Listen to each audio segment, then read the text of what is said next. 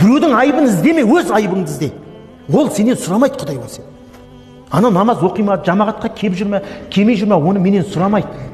Менің өзімнен сұрайды намазымды, оразамды. Ол уағыз айтуын басқа нәрсе ол. Ол Құдай оған міндетті емес. Я Раббым, мен қаскелеңге келіп уағыз айтқан едім. Жоқ. Өзіңе қара, намазың бар ма? Өзің атқарып жүрсің ба? Біреуді есеп қылмай ақ қой. Оқи ма, оқымай ма? Оқымаса ескертіп қой, бауырым оқы, намаз оқы. Сауабыңды аласың. Құдайдың әмірін ескерткендігің үшін.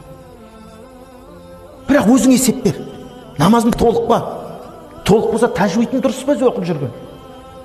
Көрмемен біз сауатсызбыз әлі. Әлі сауатсызбыз. Сондықтан Алла Субхану тағала иқра деп оқы деді бізге. Оқыңдар, оқыңдар.